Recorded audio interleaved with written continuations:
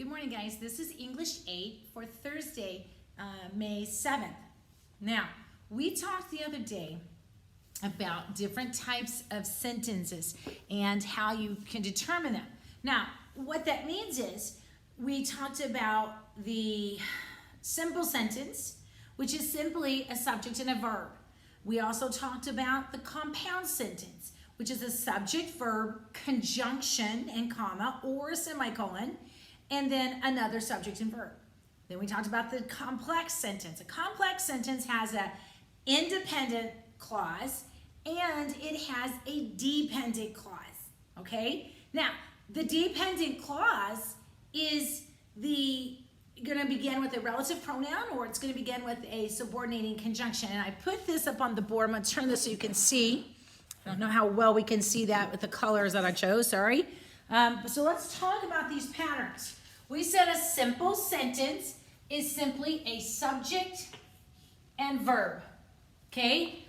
It may have a compound subject. It may have a compound verb, but it's only going to express one thought. So if I say Nikki and Isabella are talking, okay? Who or what are talking? Nikki and Isabella. Two subjects, one verb, one thought. Now, if I said Mauricio and Angel are playing basketball and running in the hallway. Okay, I don't know how you do both those things, but okay, we have two subjects. We have Mauricio and Angel, and what are they doing? They're playing and running. Okay, so I have two subjects, I have two verbs, but I only have one thought, one clause. That's still a simple sentence. The next time we talked about was a compound sentence. Remember, we talked about compound words. We said that's two little words scooted together. Well, a compound sentence is simply two little sentences scooched together with a conjunction. So we're going to have a subject, verb. I'm going to put a box and write the abbreviation for conjunction. Realize it could be just a semicolon, okay?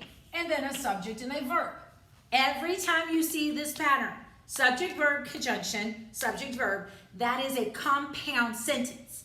Now, the third kind of sentence is complex. Complex means that there is going to be one, and I'm going to put the number one beside it. There is one independent clause. That is important. How many clauses, independent clauses are in a complex sentence? One independent clause. There must also be a dependent clause. Now, there might be more than one dependent clause, but there can only be one independent clause. Today, we're going to talk about the fourth and the final type of sentence pattern. By the way, I want to say this. This was on your little diagnostics I gave you, and I didn't have you do them, but it is going to be on your test. It's the major part of your test next week, as well as on your final, and it is something that Brother Cooper expects you to know when you walk in his room. Okay, 4 sentence patterns. A simple sentence, subject and verb. Compound sentence, subject, verb, conjunction, subject, verb. Complex sentence is one independent clause and one or more dependent clause. The compound complex, all we're going to do is take the compound sentence, which is two independent sentences, right? Or two independent clauses, as we would say. So we're going to put down here, we're going to have an independent clause. There must be two of them. Plus, there must be a dependent clause. Now, there can be more than two independent clauses. There can be more than one independent. But you must have at least two independent and one dependent clause in that sentence, and that is called a compound. That's because we have two independent clauses. Complex, because we have a dependent clause. You see, all we did is take these two and put them together, okay? Now, let's look at your book. Your book says on page 244, when one door of happiness closes, another opens. But often we look so long at the closed door that we do not see the one which has been opened for us. Now, I wrote this on the board only to see that you can't see it all, but that's all right. So the first thing we're going to look for always in these sentence patterns are conjunctions. Look for your conjunction. Do you have a conjunction? You do. It's right here. You have a conjunction and the word but. Now, I'm not sure if you guys can see that. I'm going to turn it a little bit. Hopefully you can see it a little more of it. Okay, you still won't see all the sentence, but a little more. Now, the second thing you want to look for, and different people have different methods, but I have found for most of my students, if you find the subordinating conjunctions and the relative pronouns, that's going to help you. What are the relative pronouns? Who, whom, whose, which, that. Okay? What are your subordinating conjunctions? As if, although, because, since. Okay, that whole big long list, okay, that we learned. Okay? Most subordinate conjunctions will be at the beginning of the sentence. So let's look. Oh, the first word in this sentence is when. So let's say that can be a subordinated conjunction. So when one door of happiness closes, comma, what does that tell me? That is a clause, isn't it? So put your parentheses or your bracket around it. Okay, now let's double check and make sure we got that right. Let's make sure there's really a clause there. What's the verb? Closes. What's the subject? Door. Okay, that's a clause. Okay, let's look. Are there any more clauses? But, let's see. When one door of happiness closes, another opens. But we often look so long at the closed door that, there's another word that I know is oftentimes, I'm looking for it, that, it's right here, that we do not see the one which has opened for us. That whole thing is a clause. Okay? That's a clause. Now, what's the verb in that clause? Because you always have to find your subject and verb to make sure you've got these right. What's your subject and verb inside that clause? Do. Who or what do? We. Now, this one's a little tricky because there's a clause inside a clause. Look inside that. That we do not see the one, ding, ding, ding, ding, which. Okay? Let's turn this again so you can see it a little more. Again, you won't be able to see the whole thing. I understand that. Okay? Which has opened for us. We literally have two brackets at the end of that sentence because we have a clause within a clause. Okay, look at this clause. Which has opened for us. What is the verb? Okay, has been opened. Okay, who or what has been opened? Which. Now, what we have found is we have several dependent clauses in this sentence. We still have to find our independent clauses or our actual base sentence, okay? When one door of happiness when one door of happiness closes, that's a clause. Another opens, okay? What is another opens? Well, opens is our verb, so let's mark it. Who or what opens? Another opens, okay? Let's go back and look at our sentence, okay? It says, but, which is our conjunction, that tells us right after this conjunction, we need to find our second independent sentence.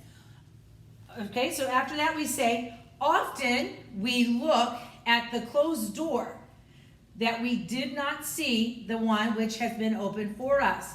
Okay, but often we look. Okay, look is our verb, we look. Now, let's break it down. What do we actually have in this sentence? Well, when the door of happiness closes is an independent clause. It's a dependent clause. I said that backwards. Another opens is an independent clause. Then we have a conjunction. Then we have another independent clause. We look. Then we have our dependent clause. And then we have a dependent clause inside our dependent clause. So we're going to write another dependent clause. Now I want you to look at the pattern Mrs. Turner wrote on the board. I said dependent, independent, conjunction, independent, dependent, dependent clause. I know that I'm going to go to my conjunction. What I have to say is there an independent clause on this side? Is there an independent clause on this side? Yes. I have two independent clauses. That makes it what? Compound. All of these dependent clauses make it complex. So this sentence is a compound, complex sentence. Look at the next one in your book. I heard thy voice in the garden, and I was afraid because I was naked. Okay, this was out of Genesis. Whenever Adam and Eve realized they had sinned and they tried to hide their sin from God, which we can never do, can we? Okay, let's look at this. I heard thy voice in the garden, and I was afraid because I was naked. Okay, is there a conjunction or a semicolon? Yes, it's comma and. It's right here. So we want to look before the and, the conjunction, and say, is there a independent or dependent clause here? Okay, I heard thy voice in the garden. Okay, heard, who heard? I heard. Do I have a dependent clause there as well? I do not. Okay, now I have a conjunction. So I go on the other side of the conjunction and I look at that and it says, I was afraid because I was naked. Okay, do you see a subordinate conjunction or a relative pronoun? The word because. So I'm going to put a bracket there and find my clause. Because I was naked. Okay, that is my dependent clause. What's my verb? Was. Okay, who or what was? I was. Okay, here is my words that are left from my independent, was, and I. So let's look at this. I have an independent clause, then I had a conjunction, then I had an independent clause, then I had a dependent clause. So independent, conjunction, independent, dependent makes this a what? Compound, complex sentence. Guys, unlike these patterns that have to come in that order, the compound sentence, it has to be subject, verb, conjunction, subject, verb. That is true in a compound complex. You have to have an independent clause or subject, verb, conjunction, and then another subject, verb, which is an independent clause. But we're just calling them clauses in the compound complex. Up here we just call them subject and verb.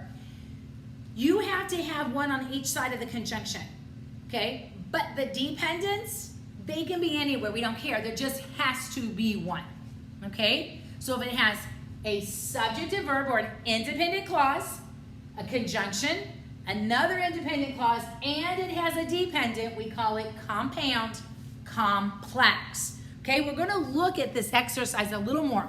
Let's look at number 3. And the Lord sold them into the hand of Jabin, king of Canaan, that reigned in Hazor, the captain of whose host was Sisera, which dwelt in Heshoreth of the Gentiles. Okay, so first, do you see a conjunction? Well, if you do, it's right after Hazor. Put a box around that semicolon. Now, let's go through, see if we find any subordinating conjunctions or we see any relative pronouns. And the Lord sold them into the hand of Jabin, the king of Canaan. That, ding, ding, ding, that is a what? Relative pronoun. Put your bracket. That reigned in Hazor. Put the other bracket. Look only inside your brackets. What's the verb? Reigned. Who or what reigned? That. Okay, so that's our subject and our verb for our clause. Let's keep going. The captain of whose host was Sisera, which, ding, ding, ding, that's a what? Sisera, which is a subordinate conjunction, so put your bracket, which dwelt in Harosheth of the Gentiles, bracket. What's the verb? Dwelt. Who or what dwelt? Which dwelt. Now, we have 2 dependent clauses. And we have a conjunction. Let's go back and make sure we have 2 independent clauses. And the Lord sold them into the hand of Jabin, the king of Canaan. What is the verb? Sold. Who sold? Lord. Okay? That's an independent clause. Then we have the dependent clause that reigned in Hazor. Now let's say the captain of whose host was Sisera. What's the verb? Was. What's the subject? Host. That's an independent clause. By the way, I have the word whose there. Why is that not a relative pronoun? Because it's the object of our preposition of. Okay? Which dwelt in Harosheth of the Gentiles is a dependent clause. So that is a compound, complex sentence. I want you to try to do number 4 and number 5 before you turn the second part of this video on. It's to give you some practice because in a minute, we're going to mix them all up.